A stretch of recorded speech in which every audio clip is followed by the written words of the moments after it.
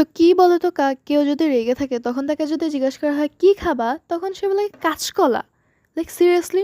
তো আজকে ভাবলাম যে ওই কাঁচকলা দিয়ে এমন একটা রেসিপি বানাবো যাতে আর কেউ এসব কথা নাই বলতে পারে। So let's go into the video. So ফার্স্টে আমি কাঁচকলাগুলোকে ছুলে নিছি। দুইটা কাঁচকলা নিছি এখানে, তারপর হচ্ছে এগুলোকে চিপসের আকারে কেটে নিছি। বুঝতেই তো পারছি কী বানাবো। এরকম পাতলা পাতলা, তোমরা চাইলে দাও দিয়েও কেটে নিতে পারো। তারপর এগুলোকে ধুয়ে নেব। ধোয়ার পর হচ্ছে একটা বাটিতে পরিমাণ মতো পানি নিয়ে তারপর লবণ, হলুদ, মরিচ আর গোলমরিচের গুঁড়ো দিয়ে ওইটাকে মিশিয়ে নেব। মিশানোর পরে হচ্ছে ওই যে কলাগুলোকে রাখছিলাম না ধুয়ে, ওগুলোকে দিয়ে দিব। দিয়ে হচ্ছে তোমরা যত টাইম রাখতে পারো, যত টাইম রাখবো তত। তো সর্বনিম্ন হচ্ছে 15 মিনিট রেখে দেবা। তারপর হচ্ছে এটার এক্সেস পানিগুলোকে সব ঝেড়ে ফেলাই দেবা। তারপর হচ্ছে ডুবো তেল নিয়ে চেক করে নেবা যে তেলটা পারফেক্ট কিনা। তারপর এরকম পারফেক্ট হলে তারপর এগুলোকে উল্টাপাল্টা ভেজে নেবা।